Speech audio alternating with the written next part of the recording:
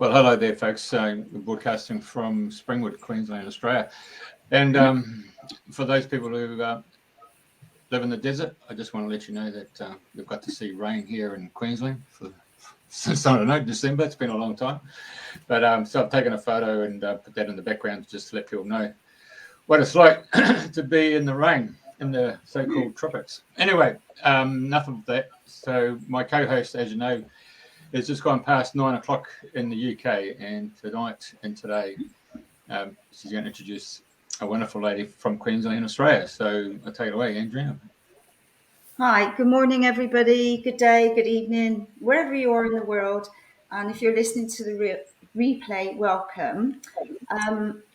Today, this evening, and wherever you are in the world, Janet is our guest, and Jeff saw Janet, I think it was a couple of months ago now, working with her horses. And anyway, so here we are now, fast tracking, moving forward. Janet's got so much to share to do with your health, your emotions, body talk, about her beautiful horse Pedro that she actually rode when she got married, all in white. She's got so much to share, and she's in the dark there because they've had a massive storm and she's working on battery power. So stay with us and stay with Janet. And anyway, welcome, Janet. It's lovely to have you on the show. And where would you like to start? I mean, you've got so many wonderful stories. Thank you, and thank you for having me, everybody. So I'm not sure where to start, but pretty well I was born and bred in this area, and then I went into the corporate world, as you do in your 20s, and became quite successful in real estate, having about 40 salespeople, buying a building, doing really, really well, bought a lot of properties. But then I had breast cancer at the age of 33.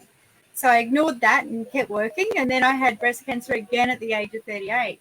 And I had a daughter around the same age. But that was like a fast track to spirituality. So the girl who just said, like, don't talk to me about anything but sales and, business and 7 days a week working, something changed in me. And I felt the toxicity of the city because I lived in the middle of the city in Brisbane. And I felt the toxicity, and something inside of me needed me to get out of that area. I had a big, beautiful house, everything was going well, but something inside had to get me out. So I looked for a year, actually, to look for a property and have a tree change on the North Coast, which is where I was born, around Noosa. And then this property come up, and I bought it in less than 10 minutes, 43 acres on top of Karoi Mountain, which is just a beautiful, beautiful area. I was born and bred in Mundy, went to Mundy school, never thought I'd ever come back. And I bought it for nearly $2 million, and I did not even know what I bought. That was 18 years ago. So when I came back, I had breast cancer the second time and a brand new little daughter. And the horses kept coming. So everyone gave me horses, about 12 horses all up in a short period. I was never into horses. And they just came in, and then because I train sales and I write systems, etc., I downloaded somehow this little book downloaded, and I wrote the book, and I started training all the real estate agencies in Queensland and New Zealand and America. And that's where that came from. But the horses was the black belt in sales. That downloaded, and I started doing it at my property. And it taught me more than anything. Horses have been the most amazing teacher for me in sales, in life, in business, in personal, everything. So I've always taught body energy language, but to work with a horse, and when I was never a horse person at 40 years of age, was incredible. So they came in, and that journey has been amazing. So then I got married on one. I put out that I needed a big white horse to go up my hill, and the big white horse took me up. He died 1 week later in my hands. Now, this horse was Andalusian Supreme winner of 2004 for Australia and 2006. I wasn't into all that sort of thing, but somehow he ended up 17 hands high. And there he is. So when Pedro died in my hands 1 week later, he was started by Bonnie Roberts, who's a famous horse whisperer now, the original horse whisperer in America. And he taught big businesses how to sell through the horses. So all the big businesses would take their teams to him, and he would teach that. That's his legacy. This horse was started by Monty in front of 5,000 people, Pedro, Like, I didn't even know any of this. I just there was a horse in Yamundi. I went down and bought it. And then a week later, I left the honeymoon short and then went to see Monty Roberts. He was over from America in Toowoomba. And I came back home on the Sunday afternoon, and I was working Pedro in the round yard, and he died in my hands. That horse died in my hands. So then when I had him buried up the top of the hill, I mean, it was just, I've never lost an animal. Like, that was just incredible. That was such a spiritual thing. I picked a rock out of my garden. The next morning, we buried him up at the top of the hill, right at the top of my property, which is one of the highest places at the top of the hill. And on the rock, when the boys came down and got me, and I went up to say goodbye, on the rock appeared that picture. So that picture you just saw appeared a picture, that same picture, exactly that same picture. So clear, you could see the hoofs, you could see the reins, you can see the bridle, the headpiece going over the bottom, everything, and a cross and a dove on that rock. I wish I actually sent you that photo because it's just incredible, but I might put it in the whole of them were like a gift as far as like coming home. So yeah, that was pretty special. So then my daughter was born, and she's been an amazing horsewoman, and she did distance education so she could do endurance, which is racing, 100 kilometers. At the age of 11, we were all over the country, and she was racing 100 kilometers and coming in at 2 a.m. and, all on her own. So they've been beautiful. But I think if anyone wants to know more about themselves or life or communication, work with a horse. Because if I have, like I was saying before, if you have like a 28-year-old male in real, I just treat a lot of real estate salespeople in real estate sales, and I put a 28-year-old male, which maybe have a bit of a testosterone, in with a high energy horse, both of them will hit the rails and know who'll end up, second best. So have a look at his own energy and learn to drop that energy down. So a lot of salespeople and a lot of people deal with people who are like them. So if someone talks fast, they like people who talk fast. You know what I mean? So if someone talks slow, I talk fast. If someone talks slow, I've learned to slow down my talk. So it's like we're mirroring the language of the other person. So with all of the horses, they're different personalities, the same as all the people are different personalities. So my job is to put them together, the same personalities, so they can learn to work their energy in different ways. So they're not just getting on with the people who are the same energy as them, they're getting on, and either whether it's in personal life or in sales, they can sell to everybody. So in my sales teams, I would have people, they would only sell to the people who were like them. So the rest, they thought they weren't buyers, you know what I mean?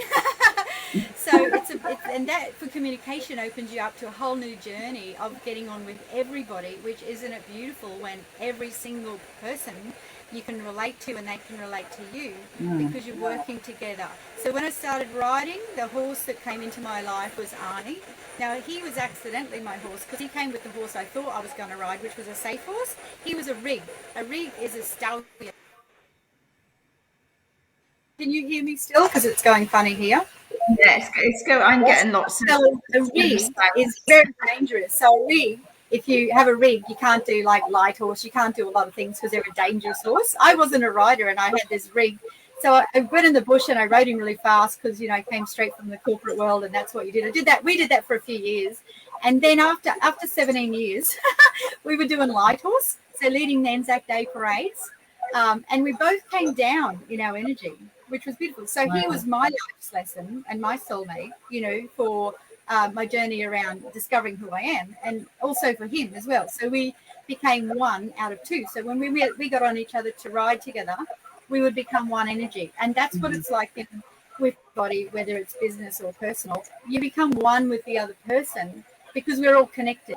So it's it's a style that I've learned to teach, which is talk body energy language, and it encompasses everything. But walking with the horses tell the whole story. There's Arnie. He's beautiful. I rode that horse for 17 years. We went very fast for a lot of years.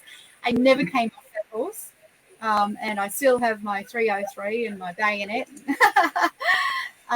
But for us, both of us, to do a slow walk and lead a whole Anzac parade for the last 5-6 years, we've done that, and then he died last year. That was just magnificent to even think we could do that. You know what I mean? Because we had to become one to do that. When you've got 6,000 people or more clapping as you go past, and I've got a horse that's a rig.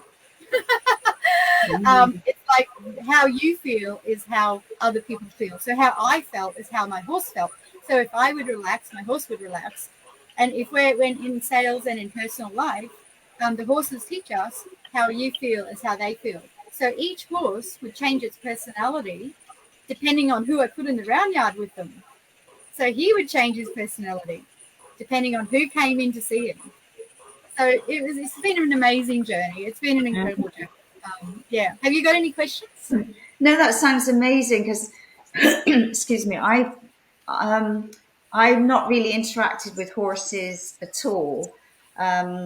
But I am staying on a farm at the moment, and she's got 2 beautiful horses and a small rescue pony. And I do go by them and see them and say hello and put my hand there and let them have a little sniff. But I think because they're such big creatures, unless you actually have the chance to work more and get used to them, they're like really, wow, like such a strong energy, aren't they? Yes. Strong presence. Yes.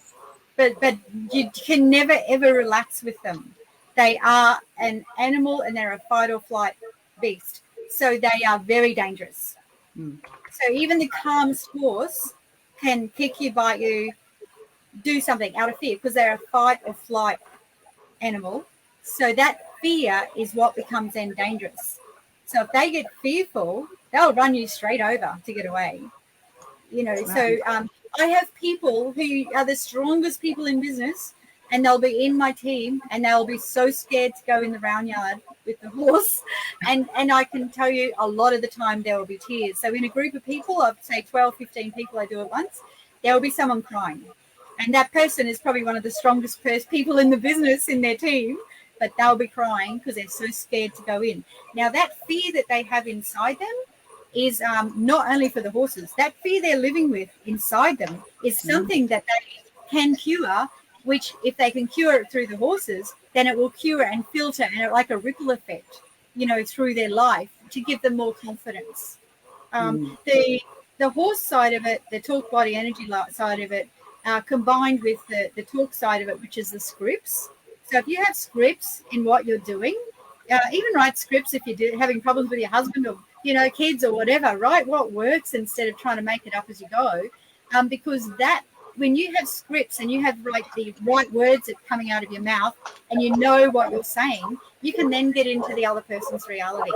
Because if you are making it up as you go, you can't get into the other person's reality because you're too busy thinking about what you're going to say, what you're going to do, you know, how you're going to act, instead of getting into their reality and feeling how they feel and hearing what they say. So, can I just ask, have you got your mobile phone on by you? I have, yes. Because that could be picking up, causing the interference with the signals. Oh, okay. I shall just turn it off, eh? Worth a try. Yeah, I'll just. It is a very bad storm. We had, we've got all the powers out still. Yeah, well, I appreciate you doing by battery. Oh, she might have just turned the mobile phone off. She might be doing. She might be using a mobile phone as hotspot. Right. I think she might have been doing it as a hotspot. But there was an interference coming through there. I've been playing around the audio, so it's definitely coming from Janet's side of things. Yeah. Right. So. Right. So we need to send her a message a minute just to say, switch mobile back on. Yeah, because normally I turn everything off. Airport mode. Here we got the frogs in the background. Oh, hang on a sec. I'll just turn. Where am I? No, she's just logged off. Hang on a sec.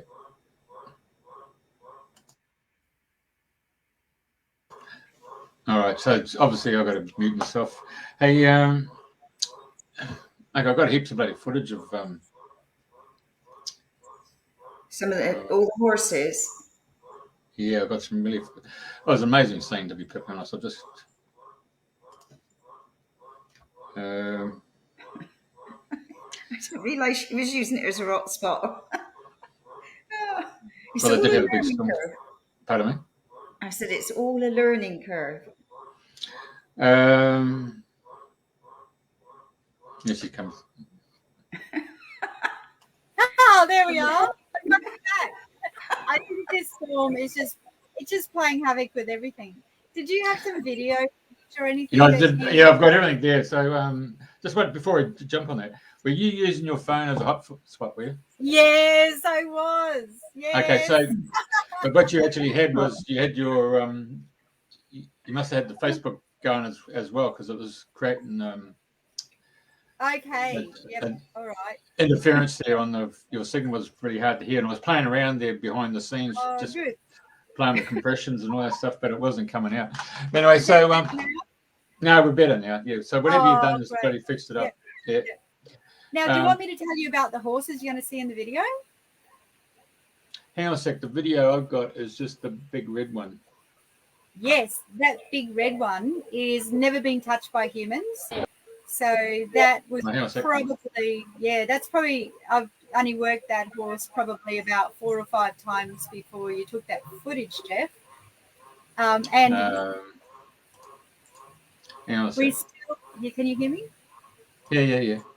Oh, good. So that horse, I bought 3 new horses, and 2 of them have never been touched by humans. So this boy, we cannot catch. We cannot put it. Yeah, the energy that he displays when you're working with him is so like.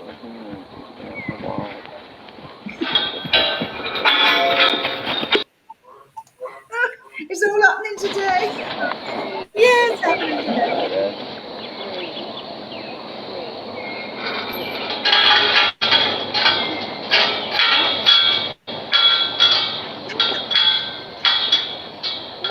What is the noise?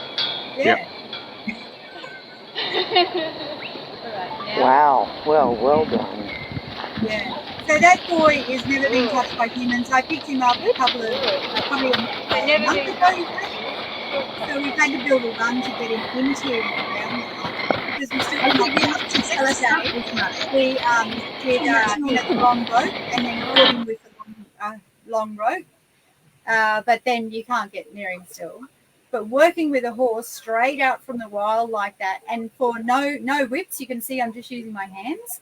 That's very rare. A lot of my 12 horses, there was only one I didn't have to use the long whip, which is an extension of your arm as a tool to get them to understand the communication that you're wanting them to do.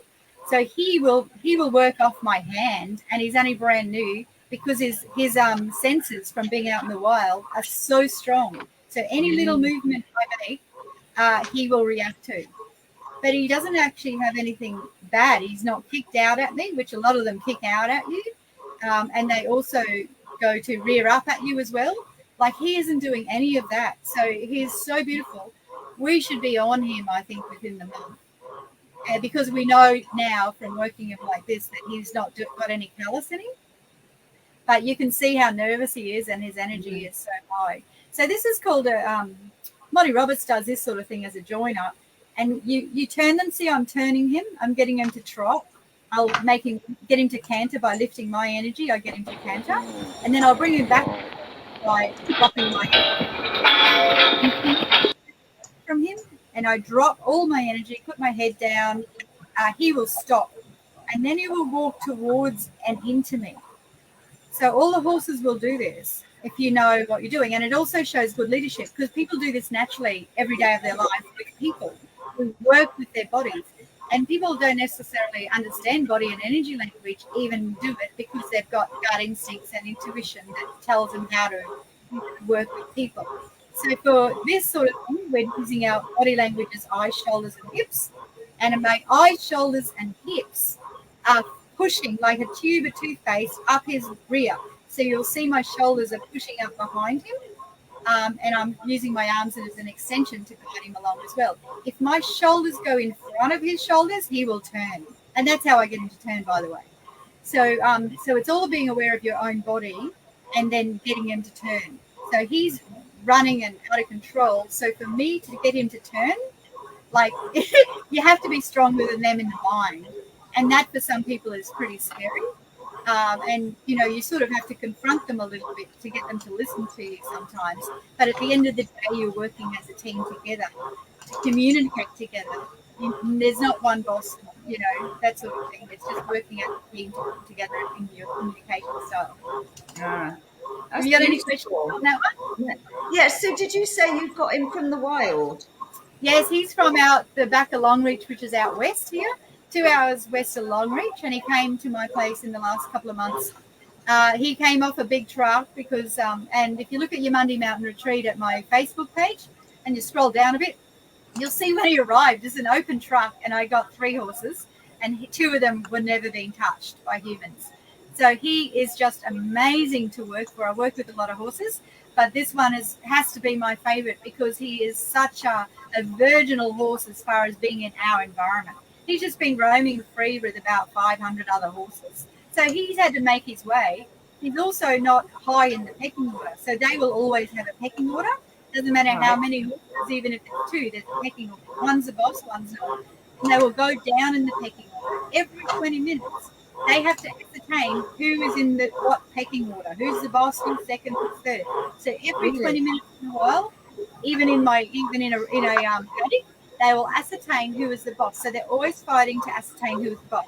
You know, just like life in our human world. So it's a constant struggle for them. He is not one to go and be confrontational in my paddock with the other horses. So I know that he is not going to have all this ego-driven thing like, you know, some people or some horses. So it's not going to be dangerous. That's what I feel about this boy here. Whereas my horse that was born here, I don't know if you have that one where the horse was rearing up on top of me, which is a beautiful photo. That horse is, you know, she's a very spirited girl. She's a highly strung girl. We've had her all her life, probably 14 years. But she will always rear up at you because she's got a bit of attitude. Same as personality. You know, I have friends like that too. You know, so it's just really looking at the horse world and the personalities of the horses world and combining them with people, and then using that as a tool. For me, it's been about the corporate world and bring them in. I've got that. There you go. There's Phoenix. She was born on my property. And that's during one of my workshops as well. So that's putting pressure on because we use pressure on, pressure off. That's putting pressure on to get her to go up like that. I mean, she don't want to go up. She's like ears back. But then when she comes down, it's like giving her direction again. So they know what direction they're going in, and sometimes they aren't up, you know, in the beginning until they come down and they start working with you. Right, we got the frogs taken over now. Yeah, they're not. I haven't got frogs here. Have you got frogs there? Jeff has. What are they going to sound like, Andy? That has to be good luck. Oh, I have to. Okay, I'll just mute myself. Okay. So with the corporate world, and I found utilizing it for the corporate world, they would come in and then they would think they're doing a corporate training session. At the end of the day, they left learning more about themselves, and it was more of a spiritual growth session for them, which I love because I've been on for a lot of years, you know, and I had to find my spiritual journey. With my property here, I was born and bred in Mundi. I'm 6th generation Noosa Shire, which is where I bought and lived. 18 years ago, I came back here. So 6th generation Noosa Shire, and I've come home. I didn't never mean to come home. But the universe sent me back here, and I am the happiest person in the world. I'm back where I belong. I look at all the mountains from up here where all my ancestors were born, right through all the generations. And the horses are there, and building cabins for my family. Because in this climate, with all of what's happening in the world, I want places for my family to come. So I'm building 8 cabins here and a studio to do yoga and more horse workshops and that sort of thing. So I'm creating an environment. I've got a big garden, a huge, big organic garden. My daughter, who's 20 years, a farmer, an organic farmer. So for me, it's been a life journey about finding, number one, who I am and getting back to my grassroots. which in the corporate world, you put on your shop front and you wear all the makeup. And I mean, that's all I lived in. I wouldn't go out without stockings, That's not bad. High shoes and a suit on. For me to come on your radio show in a singlet, it's just real. So it's getting back to who is the real Janet, who is the real Jan, who is the real Andrena, you know what I mean? And who are we really? We are from the animals. We do have animal instincts. We have all our intuition. We're losing our intuition because people go to McDonald's. They go to takeaways, get food. We don't have to hunt for it. You know what we do here? We have bow and arrows, slingshots, guns. We practice, just life skills to help us live if ever we need to in the future as well. So, these day and age, a lot of people are losing their intuition, and with all the technology and that, our kids are growing up with it like that. My first boys went to a big private school at 35 and 33, centre of Brisbane. You know that life, a lot of kids do that. My daughter went to Little Yamundi Country School and then did distance education. So having those different worlds and watching them within my own children is really interesting, because that environment that we put our kids into is how they will grow up.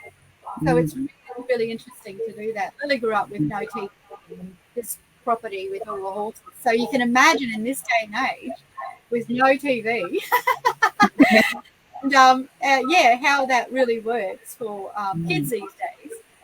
So it's a real eye-opener. I think a lot of people are coming to that too. I mean, I know around where I live, there's a lot of big properties and big houses. But people want this. They want the garden. They want the food that they're growing. I even got a few chooks the other day. My car broke down, so there was a chook running around going to get hit. We brought it home. And it gives me 1 egg a day. How amazing is that? At the universe, and this chook gives me a gift of 1 egg a day. I didn't even eat eggs, but I give them away. So appreciation, horses, life, family is sort of where I'm at. Yeah. Amazing. So can we backtrack? Because I know with your cancer journey, you've talked about reflexology. And I mean, one of, Yes. all the different techniques, I love reflexology. Yes. And it's just like your hand represents your body, your ear, there's so many aspects. So I know you said I read that you had a warning sign, which you ignored, you didn't realise. So can you share a little bit about that? What happened? I've actually had breast cancer 3 times, 33, 38, and then 49. And as breast cancer not in my family, so it's definitely environmental, right?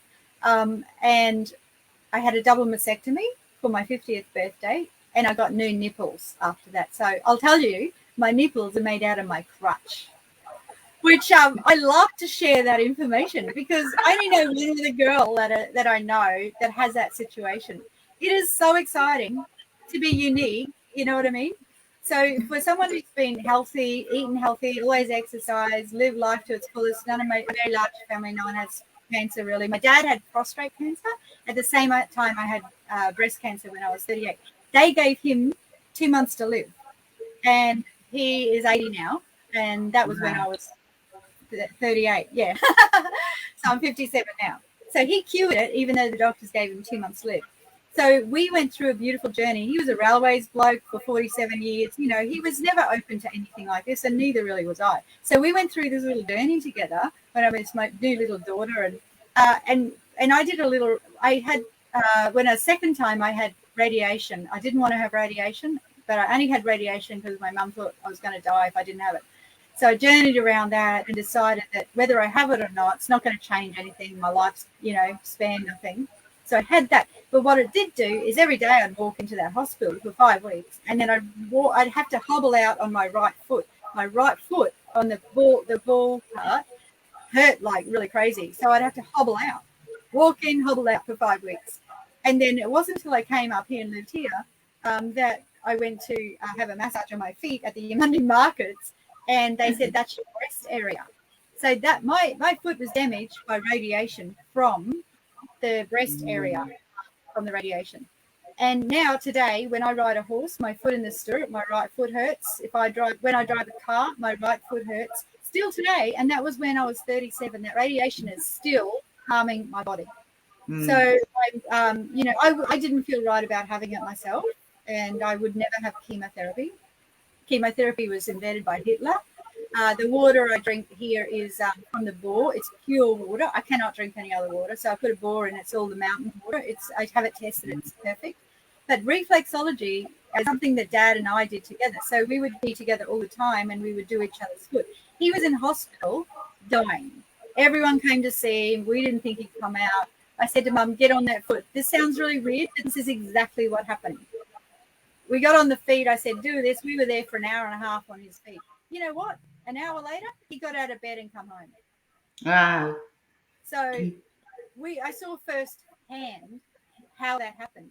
Now, what happened over the next few years when I got into the reflexology, all my uncles with their dirty old feet and everybody, I just had to do everyone's feet. I was addicted to seeing what's wrong with their body through their feet. So I worked out that you could just feel their body, and as long as you knew what parts were what in the foot, that you could work out what's wrong with their body. And it was always true. If someone had a broken back when they were born, that broken back is still in their foot. So it's like absolutely incredible what happens there. And then I found that I was really drawn to people who are sick. I then didn't want to do everyone's feet, but if someone's sick, it's like I have to do their feet. It's like something in, like, I'm not one to touch people's feet, yeah, but that's what happens. It's like I can feel something and I'm drawn to them. Like my painter, he's just an old painter, right? He painted my house and then he got throat cancer. And then I said, come on, I'll give you a beer. So, really, I wanted to do his feet because I wanted to have a look at his throat and his feet. So I had him there drinking his beer, doing his feet.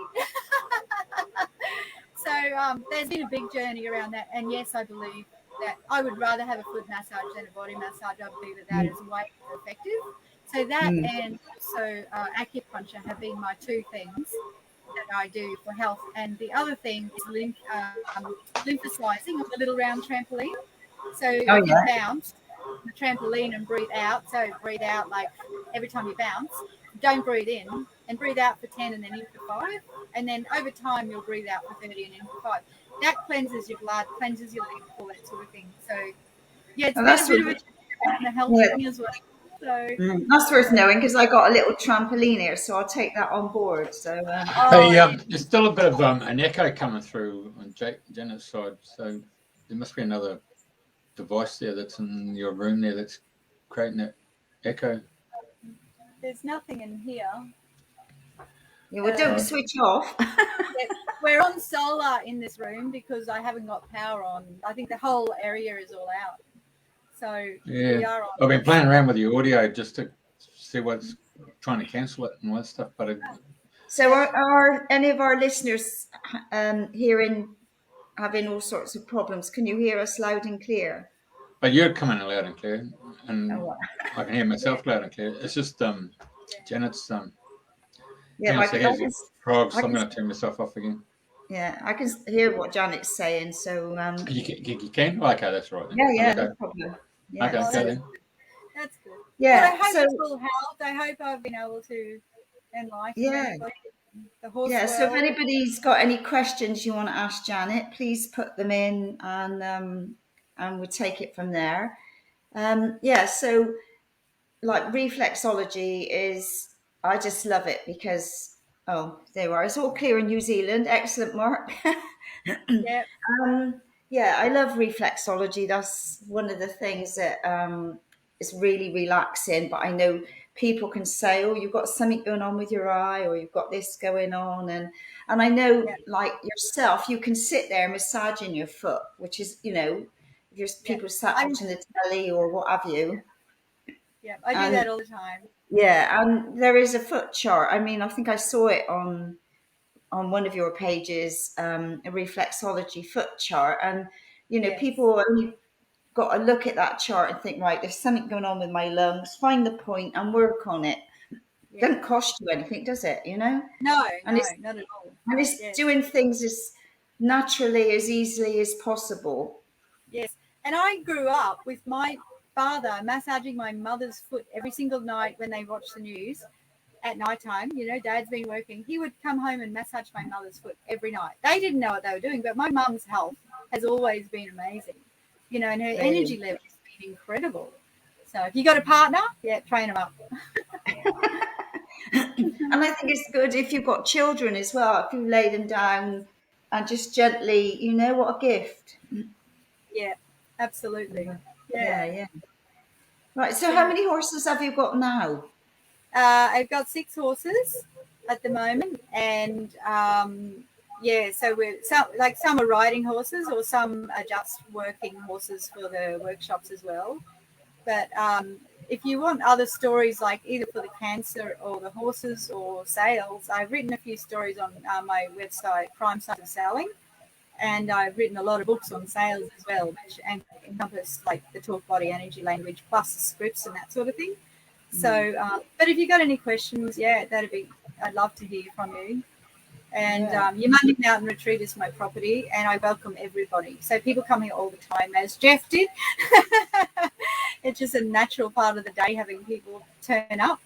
And it's, yeah, a beautiful place to hang out and that sort of thing. Yeah, because So, I mean, I've been to Monday and I've been to the markets, and because I yeah, was in Australia for 10 years, and so I've been back.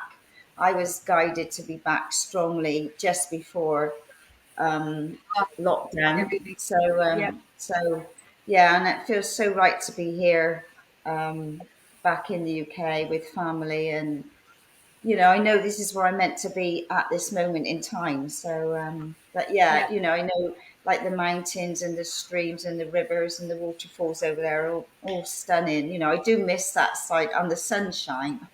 I miss the They're very sunshine. beautiful at the moment. All the rivers, my dam is now a lake. Everything's so full. The waterfalls are running everywhere. It's yeah, it's a good time to visit Queensland. Yeah, yeah, fabulous. So Yeah. with your body talk, because I know there's lots of different body talks. Um, did you? When did you come bringing into body talk and energy work into? When I was 18, I didn't really want to be a model. That was just not on my agenda. I was quite shy. But my mum put me in a competition, which was a Miss Boat Show, and so I won that, which gave me a model course when I was about 17. And I tell you, when you walk down a catwalk, and I was not aware of this, it's just all subconscious learning. So a lot of people who are successful or not work on their subconscious, not conscious. So for when you walk down a catwalk, you walk straight ahead. When you turn to the right, you capture that audience. You put your back to the back audience. So I guess 6 years of modelling, and I did like pretty well every day for 6 years.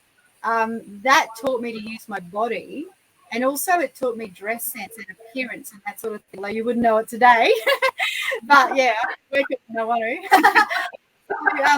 So that's where that came from. So I learned to sell myself, I guess, in modelling, which was great. And then I went into insurance. Now, insurance, I was only in 4 years, but I went into that because someone said, come and have a look at this company. And they were all women. They were quite dynamic women.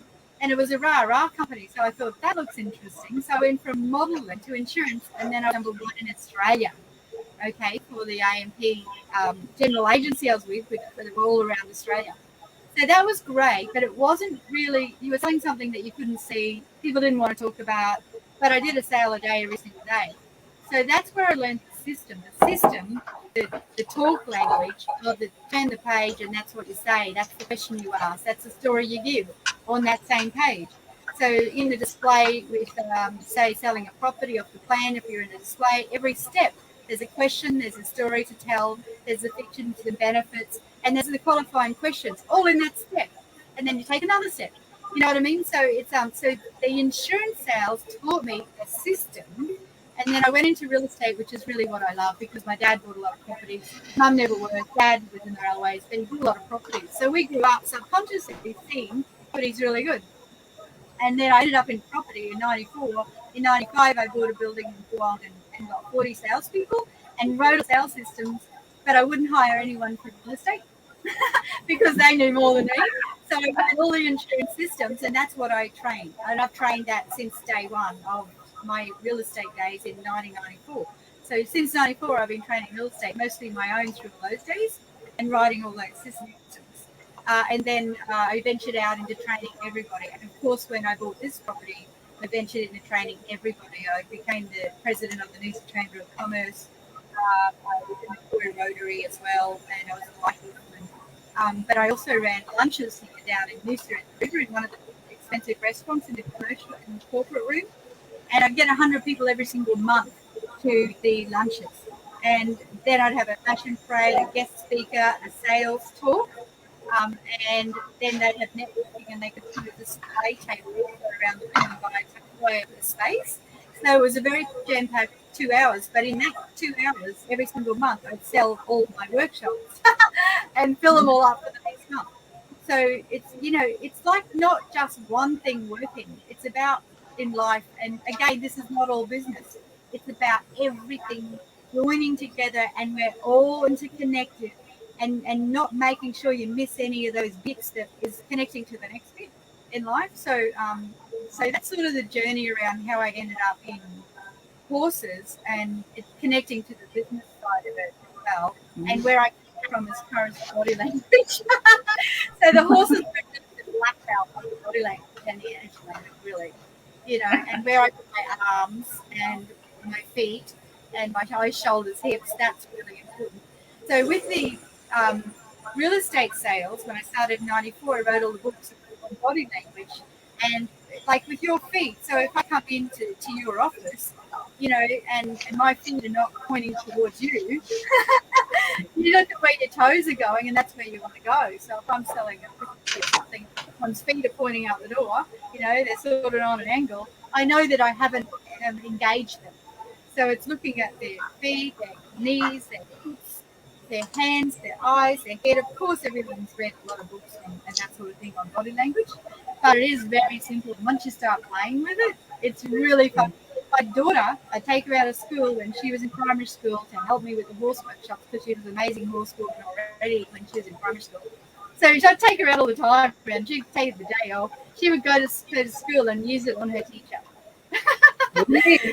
I love it. Primary school on her teacher.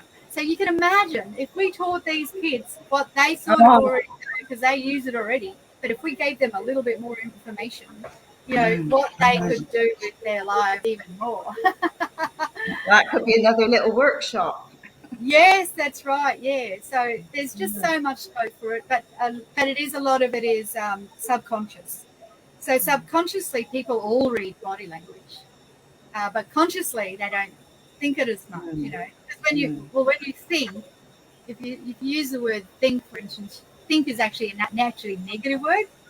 So thinking is using your mind, your head, feeling is using your heart. So I really do try to engage words and body language to bring out positive results rather than negative results. Unless I want a negative result, then I'll use think and not feel. So, if I ask you sort of thing, how do you feel about this product or whatever, you're going to feel and it'll come out positive. But if I ask people, what do they think about that? That brings out a negative, because minds are naturally negative. That's the way they're set up. Yeah, Whereas, of course. so if we start using the feel, even in my emails, I put the word feel. I never use the word think unless I want a negative answer. So it's lots of that sort of thing in the words. And other leadership words would be things like what I suggest. So what I suggest is like an amazing way. It's not may I suggest or I suggest. It's not an order. You're not asking. It's what I suggest. And then you go blah, blah, blah. And so like with the horse in the ground yard, you're actually getting that leadership, and you just gently, not a lot of pressure. So there shouldn't be any real pressure in what you're doing. It's just like constantly working with everything throughout your presentation. Personalized. I emphasize that because it's not all business. Yeah. Because I think you've shared that you've written, is it 13 books? Yeah, just 13 books. A lot of them are just mostly sales. One is though Department for Sassy Sales Girls. So I've done a lot of that, which is for and I've had guides come to those courses as well. So I show them how to hold their folder, how to walk, what to do when someone walks, comes into the room, how to meet and greet, of course, and how to lead, all that sort of thing. So it's still performance, but it also goes into health and balancing your body. So I'll do a little bit of yoga stuff and look at how balanced and grounded they are in their own body. And so they can work in that if they're not that grounded or that balanced in their core. So it goes through really a lot of things, and personal, even personal hygiene. But this all makes ourselves feel good. So how we feel is how other people feel. And so it comes down to that, but it does go into the body language and all that sort of thing as well. Yeah. And like body language, body talk, all these things are like everyday skills of life, really, isn't it? And if you've got like extra training or guidance on all these things, with the way the world is now and the massive change that's happening and everything, really, we all need extra skills, or not everybody, but extra skills to help us deal with all what's going on around us, because there's so much, because everybody's been locked in, gagged, and God knows what else, um, and like there's so many more people waking up now, and it's like being there to help these people, and it's like, so any basic life skills or way of life that you could share with people now, even body awareness, or watching, like if somebody's sort of listening this side, or there's so many different ways, isn't there? Anything you'd like to share that? Absolutely. I've always got something to say. So for me, if I like working in the corporate world, like I always sort of try to keep active, but you've got to be a little bit selfish. And for me, getting in the bush, the beach, the mountains and the sea, the ocean, actually give you a brain, say it does something to your brain where you actually get a natural high. So for mental health, for positivity, and to keep your energy up, is get into that bush, get into that beach, and get into nature barefoot. So walking barefoot is incredible. But look after yourself. Like I learned, like be selfish with yourself. Do things that make you happy. I have a jet ski. I do treks, jet skiing all around, 200K a day here and there. And we do treks with my brother. I've done that for 20, 30 years since I was 20.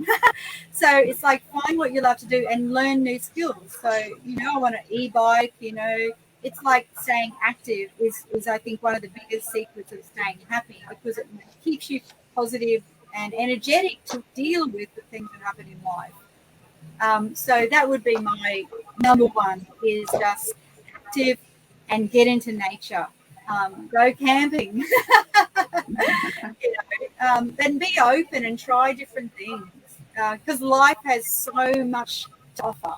It really does have so much to offer, and there's so much opportunity out there. But the more you talk to people, the more in common you have, and then the more opportunities open up. Yeah, So definitely. But thank you so much for having me on. I hope you enjoyed listening to my life. Yeah, no, it's always interesting because everybody's on a journey. Everybody's got a story to share. Some are more vibrant than others. Yes. And I think it helps people, because there's lots of people going through cancer and different illnesses that might think, oh, maybe I'll try reflexology, because not everybody's in the healing field, are they? Like they're like That's a right. bit skeptical, but there's like simple techniques that people could try, like even a hand massage. If you get the hand, just Google hand charts and just sit there rubbing, the central point or something. It's all little things that can help people in their daily lives, and this is where I like to say I like to help people to be the best version of themselves, through simple things, not way, like I'm not from the business world or anything like that. So I'm coming from a different place to you. So I like to do things very simple and easily. ABC, that's me, make it simple, don't complicate. Yes, Whereas that's like, right. you're the other end of the field, like, some people come in and, they learn, they grow, they teach, but we're all here complementing each other, helping each That's other. right. Yes. So one last thing I'd like to say is try not to live in fear, live in love. So love life and it'll love you back. I've learned that. But even when my daughter was growing up, we would practice walking up the mountain in the pitch black and not have fear of snakes or anything else. So it's like practice, no fear.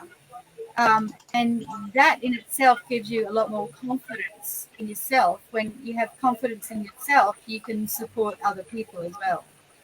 So live life with love, not fear, because fear drives so many people to destruction. Which makes it really hard.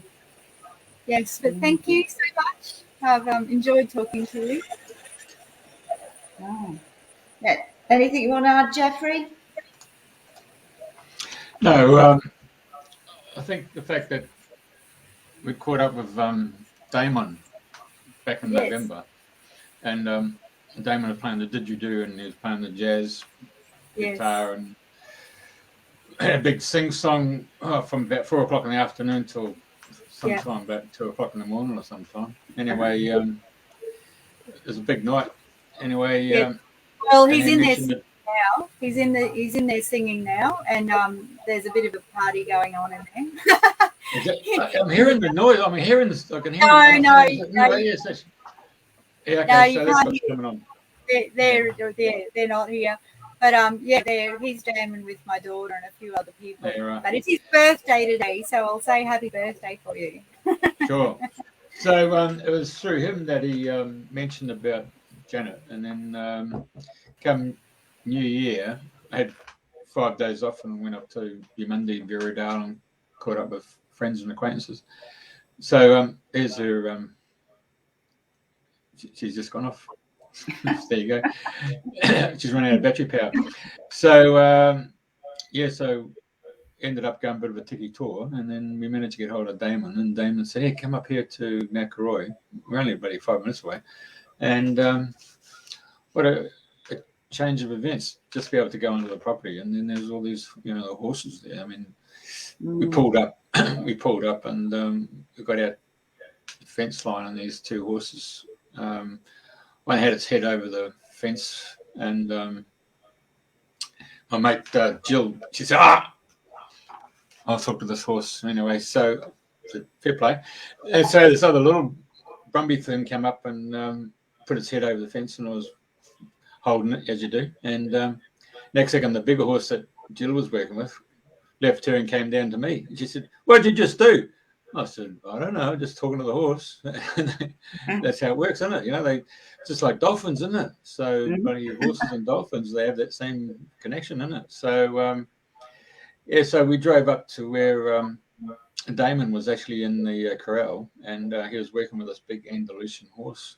So we just stood there and we just watched him work with this Andalusian horse, a beautiful big horse. And then Janet turned up, and little petite woman, as you probably realize.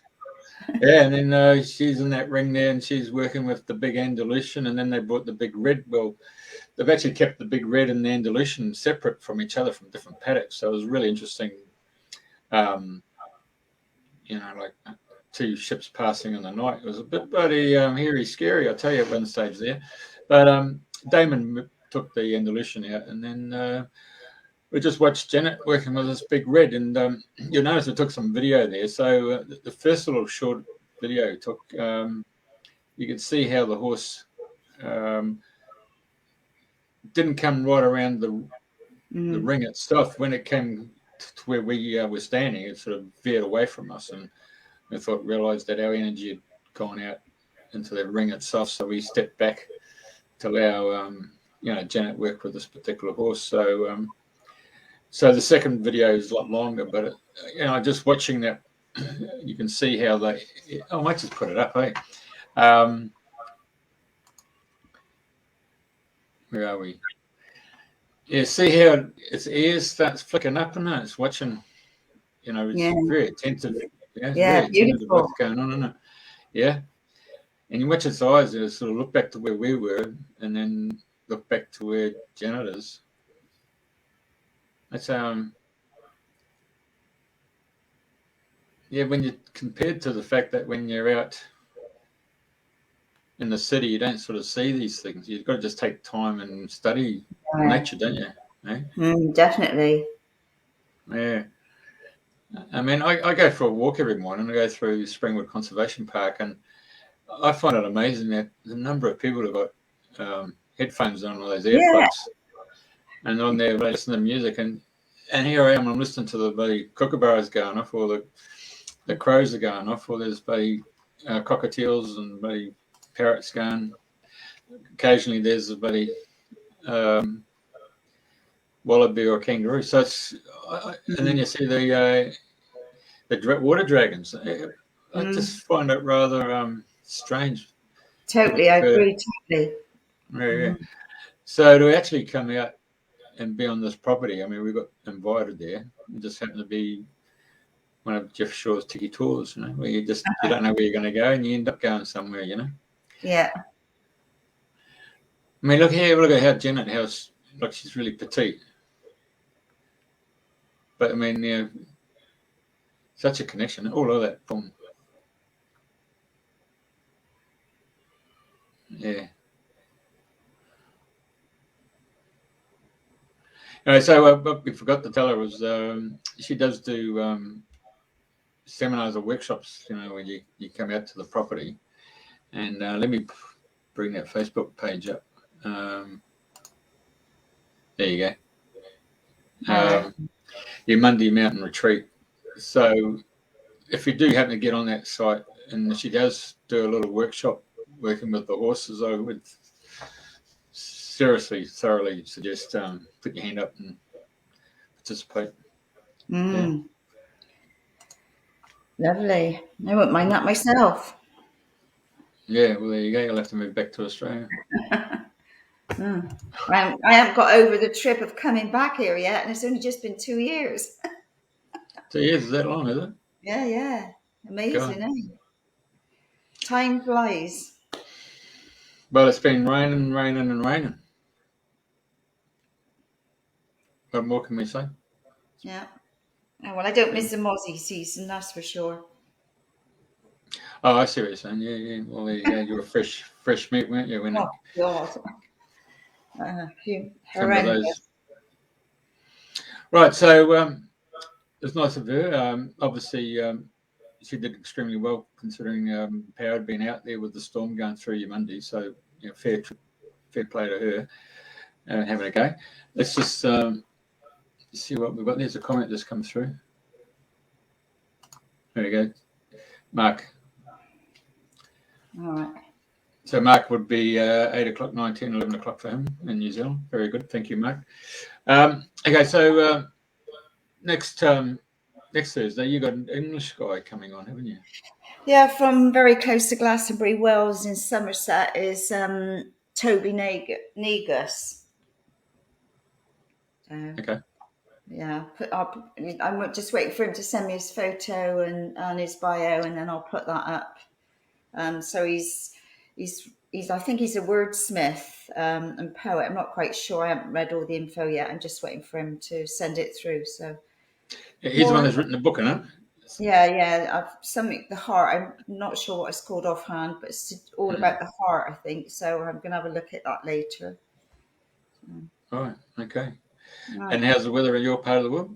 Lovely. It's beautiful. It's been ever so mild. We haven't had a winter as such. So, it's really very nice at the moment. Fingers crossed. But, spring's in the air. We're in sort of 2nd of February. The 3rd now, aren't we?